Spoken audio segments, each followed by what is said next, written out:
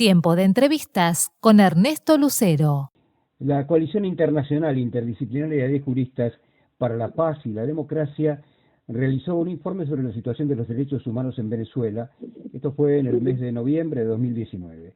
La comisión estuvo integrada por 9 miembros, entre argentinos, brasileños y mexicanos, y entre ellos la abogada Claudia Roca, que preside la rama argentina de la Asociación Americana de Juristas. Doctora Roca, ¿cómo está? ¿Qué tal? Buenas noches, ¿cómo le va? Bien, usted estuvo en Venezuela y la pregunta es si comprobó o no la existencia de violaciones a los derechos humanos en ese país. Bueno, mire, nosotros estuvimos trabajando y fueron jornadas muy extensas, le voy a decir, pero sería importante hablar qué violaciones a los derechos humanos nos podemos referir, ¿no? Porque acá hay alguna cuestión en donde es necesario seriamente despojarnos de hipocresía. Por supuesto que los venezolanos tienen dificultades para acceder a medicamentos, a determinados insumos que dependen de la importación o dependen de su producción, contar con determinado acceso a bienes que son importados. Esto significa desde restricciones en qué sé yo, acceso a algunos medicamentos, a la salud, a algunos problemas para, por ejemplo, el insumo de papel, por ejemplo, tienen algunas cuestiones en materia del servicio de luz, es decir, hay determinados horarios que los que sufren cortes y demás. Ahora, ¿cuál es el origen de esto? Porque esto es lo perverso, ¿no? Porque uno cuando habla de una violación de los derechos humanos, digamos, ¿quién es el responsable de garantizar estos derechos humanos? El Estado. Siempre el reproche por alguno de los derechos que consagran nuestros pactos internacionales, el responsable es el Estado. Ahora, ¿qué ocurre cuando un Estado sufre un bloqueo tan brutal, tan genocida como el que sufre Venezuela? Con ataques absolutamente permanentes, pero no solo al Estado, sino a todas aquellas empresas o todos aquellos países que colaboren o que comercien con este Estado. El bloqueo también significa sanciones y restricciones a sus funcionarios.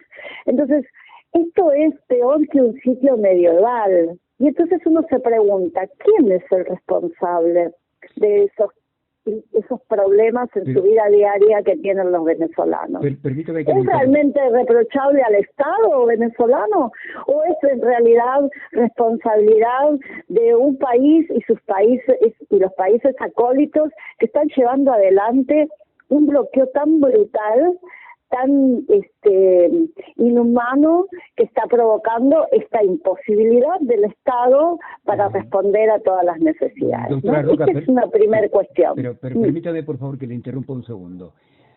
Sí. Porque la situación de bloqueo y las consecuencias muy duras que sufre el país, precisamente por la existencia de esta situación, no es lo que está en discusión en este momento.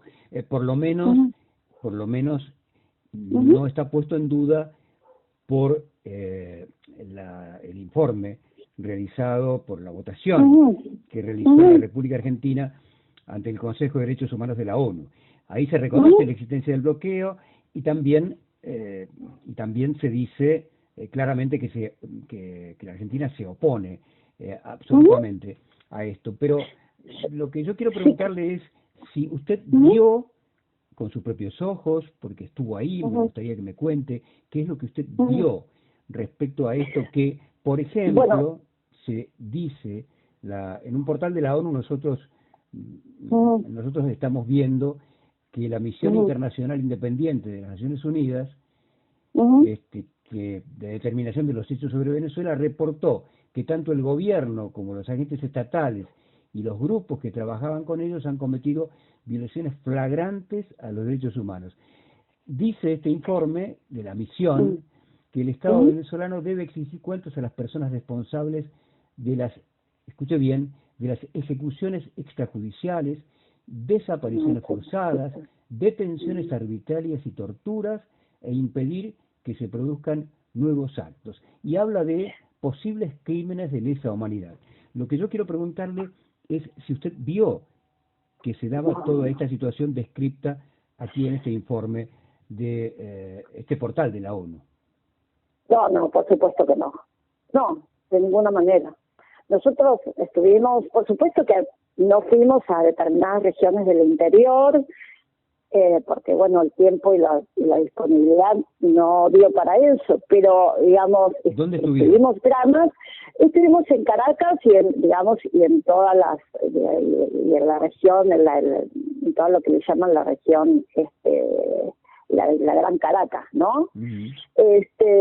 Pero el punto es ¿a qué cosas, vuelvo a repetir, que por ejemplo, hablan de presos políticos, ¿no? En verdad no existen presos políticos. Y lo que es peor, hay personas que, por ejemplo, como el señor López o como el señor Guaidó, López ahora, ¿no? En libertad, antes Guaidó, que claramente se arrogan poderes públicos y, por ejemplo, se les ha asignado a Estados Unidos, le dio miles de millones de dólares para que parece que no dio cuenta a nadie y no hizo absolutamente nada. Pero lo primero que hay que decir también es que aquí se habla de un gobierno interino y cuando uno va a Venezuela no existe tal gobierno interino porque claramente el Estado, la administración del Estado está a manos de las autoridades electas. Entonces uno no ve un gobierno interino ni un gobierno paralelo. Eso es una ficción. Y le cuento que nosotros hemos estado en distintas dependencias de la administración, están trabajando hasta las 10, 12, 11 de la noche, ¿no? Es decir, hay un despliegue de la actividad estatal muy importante. Pero volviendo al tema de lo que usted menciona, no solo nos lo vimos, nosotros nos hemos reunido con organizaciones de la sociedad civil, organizaciones de víctimas, distintos tipos de organizaciones, nos hemos reunido con la oposición, nos hemos reunido con algunos grupos de interés y también con el fiscal general de la Nación, y hay algunas cuestiones que aquí se soslaya, digamos. Muchas de las personas que están detenidas fueron detenidas en ocasiones no sé si usted recuerda el episodio de las guarimbas. Sí, claro. Y hay que decir que estas guarimbas fue comprobado que estaban financiadas. Y, por ejemplo, nos reunimos con una madre de alguien que iba en moto, ¿no? Y una de estas guarimbas lo que ponían eran cables de acero de una vereda a otra, y este señor pasó con su moto y fue decapitado, por ejemplo, ¿no? Estas cosas sucedían, los daños, los asesinatos y los crímenes producidos por estas guarimbas, en muchos casos generaron detenciones, que la oposición, o incluso desde afuera, porque le voy a decir que también se comprobaron que había muchas personas que las ingresaban por Colombia, les llaman mercenarios, porque digamos, hay serios indicios de que estaban financiados, a sumarse y a generar estas guarimbas, ¿no? Y en un caso, digamos, que también nos entrevistamos con la madre de una de las víctimas de este señor, era un colombiano que paradójicamente la ex procuradora desde Colombia generó su pedido de extradición para que no fuera condenado allí preso en Venezuela. O sea, usted fíjese el armado tan perverso, y aquí, digamos, hacia afuera, en el primer informe de Bachelet, que también, digamos, nosotros, si usted lee el informe que hicimos la coalición, fuimos desarmando cada una de las falsedades y mostrando que ni siquiera habían ido a Venezuela realmente a verificar estas cuestiones, ¿no? Nosotros incluso cuando nos entrevistamos con el fiscal general, nos pusieron la lista de más de 400 efectivos policiales que están con proceso, muchos de ellos detenidos por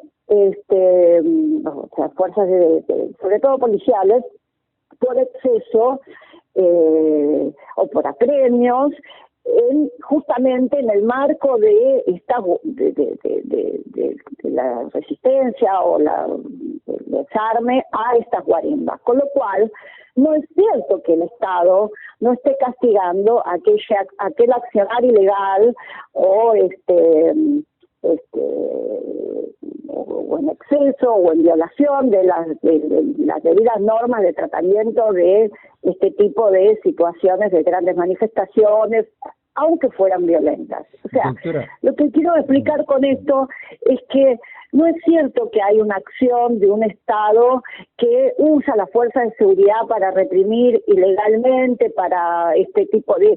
Por lo pronto no hemos recibido ninguna denuncia, y eso es que hemos ido, no hemos pedido que nos den nombres concretos de estas denuncias de ejecuciones, no han aparecido como tal.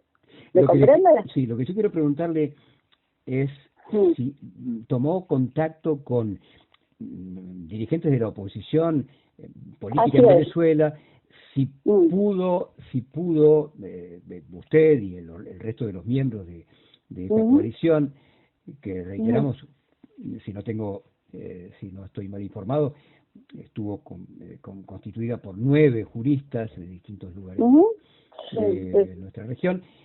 Quiero saber si habló con las personas, si pudieron entrar en distintos lugares, si se acercaron a comisarías, a lugares públicos, y pudieron hablar libremente con las personas de a pie. Mire, yo le quiero contar, por eso yo les decía que nos juntamos con asociaciones de la sociedad civil, muchas asociaciones formadas por víctimas, sobre todo, por ejemplo, había una que se llama así, Asociación de Familiares de Víctimas de las Guarimbas, por ejemplo, ¿no? Sí, por supuesto que fuimos libremente, sin ningún tipo de condicionamiento. Con la oposición, debo aclararle que estamos hablando, y nos reunimos con dirigentes de la oposición, con lo que se llama la mesa, ¿no? Pero quiero aclararle que se trata de la oposición que está en el marco democrático, no de alguien que se autodenomina o se autoinstituye presidente interino. ¿Usted se refiere a Guaidó, por ejemplo? Por supuesto, eso se lo tengo que recalcar. Si nos reunimos, ahí en el informe está detallado, están los nombres, están estas cuestiones que tratamos, los cuestionamientos, pero hay una mesa de diálogo. Y esto va por tierra esto de la falta de diálogo entre oposición y gobierno en Venezuela. Por supuesto que algunos de ellos en algún momento mencionaron que la existencia de posibles presos políticos. Les pedimos que nos acercaran los nombres, caso por caso. Nunca nos acercaron nada. Pero les hablaron, por ejemplo, de esto que, más allá del informe Bachelet, el que le estoy señalando, que es un informe de una misión encabezada por Marta Baliñas, esto es lo que uno puede ver en ese portal de la ONU, que dice haber encontrado motivos razonables. Debe haber sido posterior a nosotros, porque hasta el momento que nosotros fuimos, esto no existía. Pero déjeme decirle algo que dice este informe, y quiero saber, digamos, cómo contrasta esto con lo que ustedes vieron, o por lo que me está diciendo, porque dice que la misión encontró motivos razonables para creer que las autoridades y las fuerzas de seguridad venezolana planificaron y ejecutaron desde el año 2014, graves violaciones a los derechos humanos, algunas de las cuales, incluidas las ejecuciones arbitrarias y el uso sistemático de la tortura, constituyen crímenes de lesa humanidad. Mire, la verdad es que no, eso para nosotros es realmente es algo que no verificamos. Vuelvo a repetirle lo que le dije antes. Si usted me pregunta que en el marco de las guarimbas, o en el marco porque hay que decirlo, hay un conflicto político muy serio dentro de Venezuela, está claro. Hay una mayoría que es gobernante, pero hay un sector opositor movilizado, resistente, y muchas veces, porque también se ha comprobado que es financiado con recursos externos, algunos violentos. Lo que uno escucha que pasaron durante estas llamadas guarimbas, en donde, vuelvo a repetirle, también nos pudimos entrevistarnos con familiares de la fuerza de seguridad que fueron víctimas de las guarimbas, porque eso también sucedió, ¿verdad? Cuando hablamos de guarimbas, para quienes vayan a escuchar, para quienes están escuchando, pueden escuchar esta entrevista con usted, hablemos un poco de qué significan las guarimbas, quiénes integran esas guarimbas. Bueno, las guarimbas se llamaban así, eran grupos que protestaban, pero con una protesta violenta, en donde se instalaban en determinadas vías o puntos estratégicos y generaban desde incendios, rotura de vidrieras, negocios, agresiones, disparos. Vuelvo a repetirle, hemos tenido la desagradable situación de hablar con familiares donde sus parientes habían sido decapitados porque una de las técnicas era tirar cables de acero de una punta a la otra, de una vereda a la otra, y las personas que pasaban en motocicleta eran decapitadas. Estas cosas, a un nivel de virulencia muy grande, en donde realmente, vuelvo a repetir, evidentemente, porque están los procesos, ha habido fuerzas de seguridad que se excedieron en reprimir estas cuestiones, estas situaciones de protesta violenta, pero están procesados. Hay muchos que están detenidos. El Estado, el gobierno no avaló el Estado como Estado, porque ahí, le vuelvo a repetir, las fiscalías acusaron y el poder, y los tribunales y los juzgados procesaron a las personas integrantes de la fuerza de seguridad que cometieron excesos en este marco. Digo esto porque, también nosotros, porque si no, si vamos a usar este criterio, vamos a generalizarlo, porque no es distinto de lo que pudo pasar en la Argentina, ni hablar, porque esto es otra de las cuestiones que uno, como militante y como militante voluntario de la defensa de los derechos humanos, es la primer reproche que tenemos contra el alta comisionado, ¿no? Es decir, hay un despliegue de informes y a los que nos tocó a nosotros le voy a decir que mentiroso, porque los dos informes que nos atañe a lo que fuimos a analizar eran mentirosos, ¿no? Esto lo puedo decir con total soltura porque lo decimos en el informe. Perfecto, pero déjeme preguntarle algo, porque es importante, me parece. ¿Cómo explica usted entonces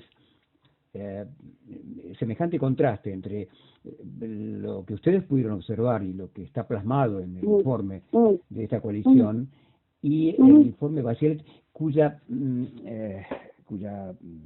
presidencia justamente la tiene Bachelet, Michelle Bachelet, que fue además de presidenta de Chile, fue una mujer que sufrió persecuciones, su padre murió en las cárceles de Pinochet. Bueno, pero si usted quiere ponerlo en un plano personal de ella, es difícil, porque si yo tengo que opinar políticamente, digo, 2 veces fue presidenta y las 2 veces faltó a su mandato electoral, porque, pregúntele a los sectores que la apoyaron si están conformes con eso, porque la primera vez, por ejemplo, hablo de esto porque también tuve una versión que tuve que intervenir en el Gualmapu chileno, en el conflicto mapuche. Y le voy a decir que el pueblo mapuche, las comunidades mapuches y sobre todo el Parlamento indígena, apoyó porque fue a balotaje en su primer mandato,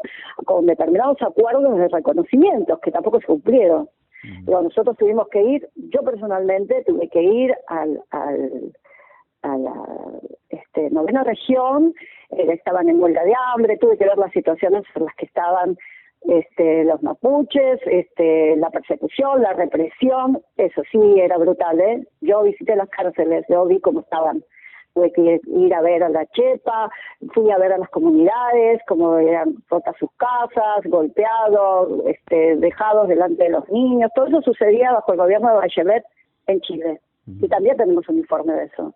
También. Digo, si lo vamos a poner en tono, en el plano personal. Entonces, ahora, si usted quiere mi opinión sobre este tipo de informes, como voluntaria y perteneciente a una organización que realmente somos voluntarios, no nos subvenciona ningún Estado ni aceptamos fondos de absolutamente nadie. Eso es lo que nos permite ser absolutamente independientes. Sí, claro, la misma característica tenían el resto de las organizaciones integrantes de la coalición, que eran desde brasileños, una italiana, un uruguayo mexicano, digamos, todos pertenecemos, somos un conjunto de organizaciones de la sociedad civil militantes por los derechos humanos. Entonces, le voy a decir que estas cuestiones a nosotros nos alejan de las burocracias que lamentablemente hoy sufren los organismos multilaterales como la ONU, especialmente esta dependencia de la alta comisionada. Porque claramente eso no fueron, por lo menos los dos que nos tocamos evaluar y que teníamos delante cuando hicimos la misión, estaba claro que no estaban hechos in situ, no estaban hechos en el terreno. Sí, entonces, sí, mire, le voy a decir algo más, Antes que este informe hubo otro que denunciaba la situación de los pueblos indígenas venezolanos en el arco minero. Entonces, tan mentiroso es ese informe que ni siquiera es capaz de hablar de la problemática real.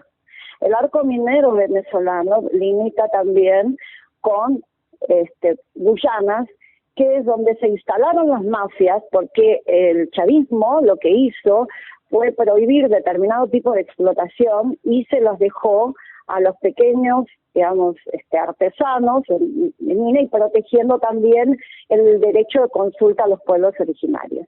Entonces estas mafias de la minería se pertrecharon, por decirlo de alguna manera, en Guyana. Y entonces lo que producen hacen incursiones, ¿no? Hacen movimientos extractivistas y seguramente a quienes se les opongan hay agresiones físicas y violentas y luego vuelven a replegarse a Guyanas. Nada de esto, dijo el informe, simplemente puso en responsabilidad del gobierno venezolano de estos ataques. Entonces, ¿usted qué opina sobre eso? Digo, cualquier persona que sabe realmente cómo son los hechos, ¿a quién se le reprocha esto? ¿No hay nada que decir de Guyana?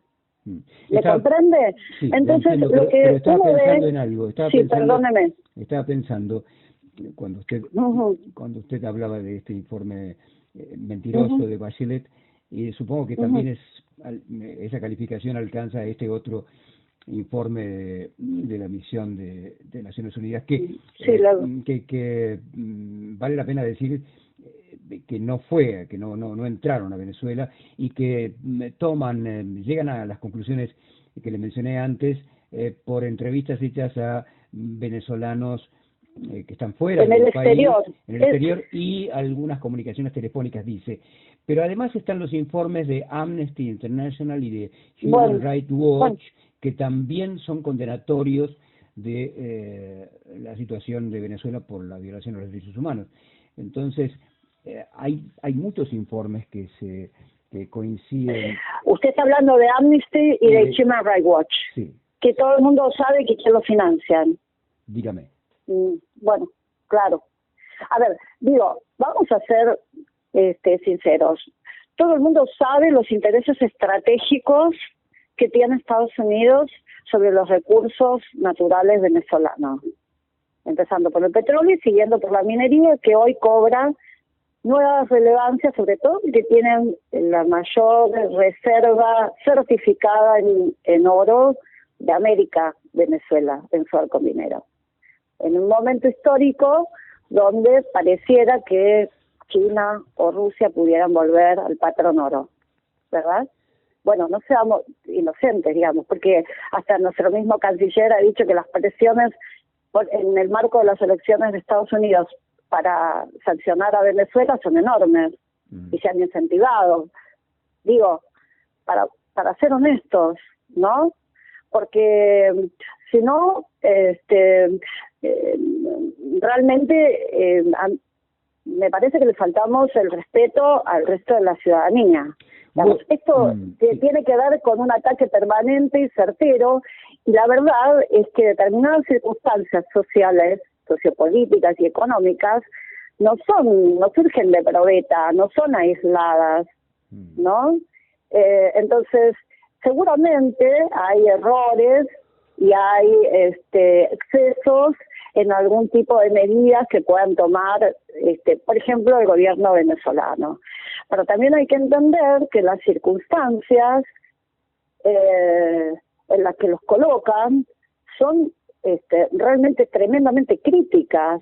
Entonces, no es lo mismo cuando un país puede gobernar con tranquilidad y planificar y establecer estrategias y prioridades y demás, que cuando está bajo una guerra permanente de este tipo de nueva generación, como es ahora, ¿no? Como son ahora las guerras.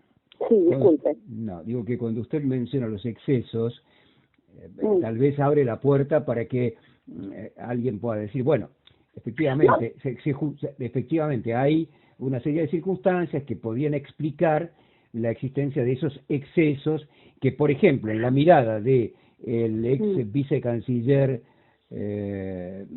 menemista, el ex vicecanciller Andrés Cisneros, cuando la Cancillería estaba en manos de Ditela, dijo que el régimen de Maduro era comparable al de Pinochet y al de Videla. No, la verdad que, mire, me parece que eso es faltarnos el respeto a todos los argentinos, discúlpeme. No son mis expresiones, por supuesto. No, pero eso es faltarnos el respeto, sobre todo faltar el respeto a nuestros 30.000 desaparecidos. Digo, no es mucho. Porque lamentablemente, yo quiero decirle algo, porque nosotros tenemos participación permanente en el foro, tanto en la ONU como en distintos foros internacionales, y creo que es una desgracia la burocracia que existe, ¿no?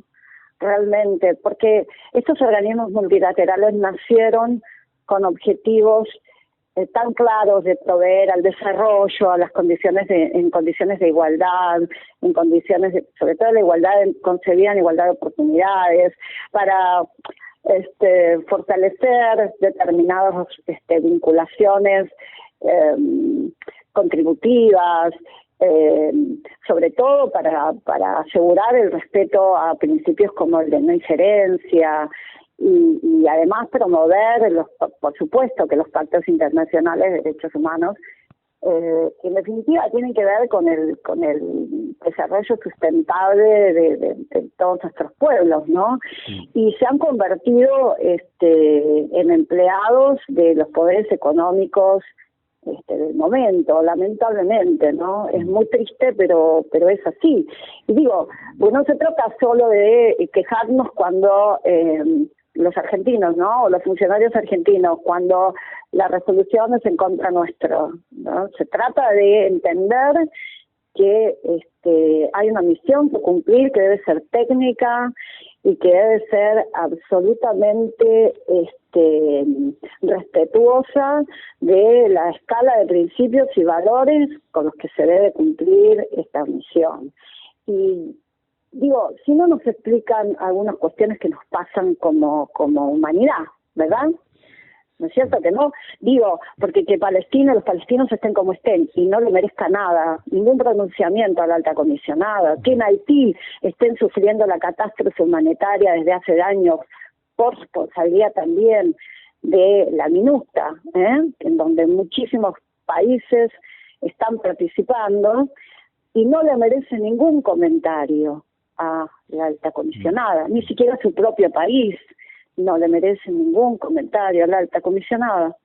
Tampoco le merece ningún comentario la situación de Colombia, en donde están exterminando a líderes sociales y políticos luego de un acuerdo que no cumplió el Estado, es decir, el sector gobernante, y como toda respuesta hoy hay asesinatos permanentes, donde sí hubo ejecuciones civiles, y están comprobadas, están los nombres, están las fosas, e incluso el mismo Estados Unidos los reconoció, porque esas ejecuciones civiles, hipócritamente a nosotros nos gusta de hacerlos de otra forma, pero no importa.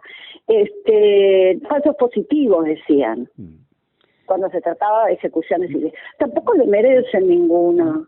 Entonces digo, ¿y cómo es? De todas maneras, ¿Cómo es que hay tanto? Digo, a nadie se pregunta, ¿por qué tanta mirada sobre Venezuela? Porque por primera vez en la historia asistimos que hay un conjunto de naciones que reconocen a un señor como presidente interino, que se habilita a que un banco inglés se quede con el oro de un país soberano, porque supuestamente hay una disputa con un supuesto presidente interino. A ver, si nos volviéramos a nuestra lógica, ¿alguien resistiría que el señor Olmedo se autodenomine presidente y vaya a pedir las reservas argentinas en el exterior? Doctora Roca, pero yo quería centrarme en la situación de Venezuela en particular y desde la perspectiva de los argentinos, porque, bueno... No, claro, yo lo entiendo lo que usted me dice. El gobierno argentino ha sido muy claro en este sentido. Ha actuado en principio y muy categóricamente no reconociendo a Guaidó como presidente interino, como el presidente autotitulado de Venezuela. Este gobierno claro, sí, el anterior no. No, bueno, el anterior no, por supuesto. Claro, el anterior no, incluso le reconoció a la embajadora.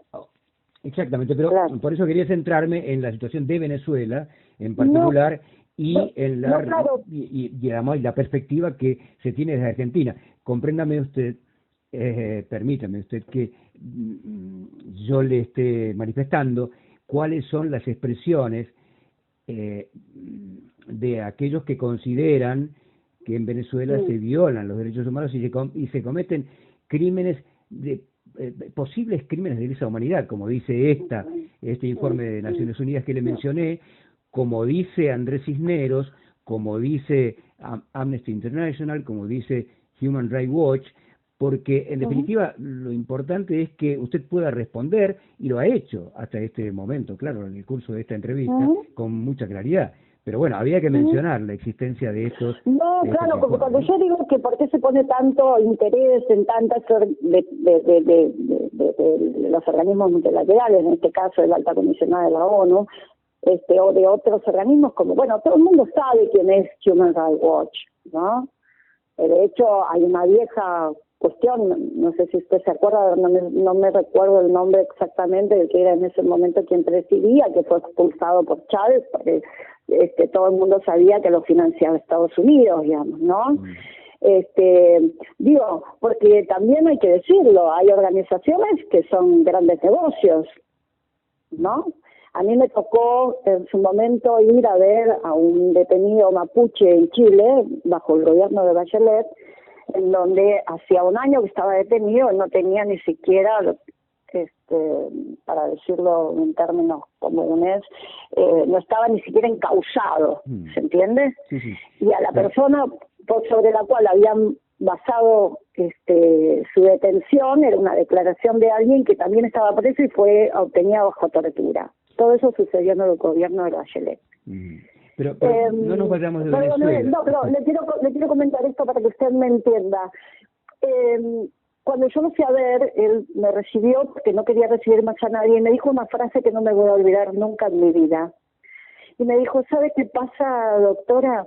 Estamos cansados de contarle nuestros problemas a gente que vive de hablar de nuestros problemas y viene a darnos en su 4x4 y nosotros seguimos acá. Y ellos vuelven a su comodidad con su 4x4. ¿Me entiendes? Bueno, esta es otra cosa que también pasa.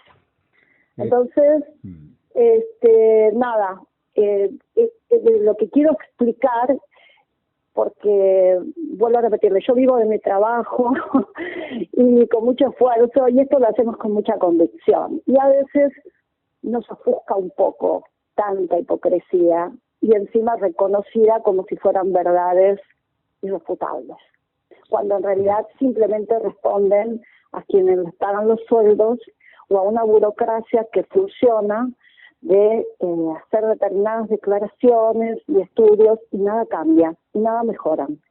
Pero ponen el foco cuando la principal potencia les dice que tienen que poner el foco. ¿Me comprende?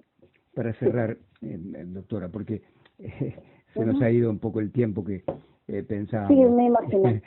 Pero, y le agradecemos muchísimo, por supuesto, que nos esté dando todas estas explicaciones que no son las que se recogen habitualmente frente a todo sobre todo en este clima que se ha generado en estos últimos días en el país. Pero simplemente para resumir un poco la situación, usted estuvo en Venezuela, recorrió las calles de Venezuela, ingresó a lugares públicos, habló con... Estuve en supermercados, estuve viendo en todo el sistema de distribución de alimentos el enorme despliegue, el enorme esfuerzo que hay para hacer llegar los alimentos básicos a toda la población. Estuvimos viendo cómo se le garantizan los materiales elementales a todos los niños y de secundaria. Vimos cómo se les entregan las laptops a los estudiantes secundarios y terciarios. Vimos cómo se le entregan más pequeñas computadoras a todos los estudiantes, alumnas de primaria, cómo se le entregan sus uniformes, su material escolar. Todo eso lo vimos. No sé de qué país hablan cuando leo esos informes. Yo solo puedo decir eso. Yo fui y vi. No es la primera vez que voy a Venezuela. He ido en distintas ocasiones. Yo no sé de qué país están hablando. Sé que es un país que está pasando dificultades muy grandes. Por supuesto que no hay gobernantes perfectos, ni inmaculados, no, evidentemente. Esto sucede en todos lados. Ahora, cuando hablan de estos crímenes, no sé de qué país están hablando, pues soy honesta. Doctora Roca, muchas gracias por este tiempo que nos ha dedicado y por las explicaciones que nos dio, que son muy valiosas, por supuesto que sí. No, gracias a usted por difundirla, porque al parecer parece que hay solo un discurso que se puede escuchar. Que siga bien, doctora. Muchas gracias. Gracias, hasta luego. Hasta luego.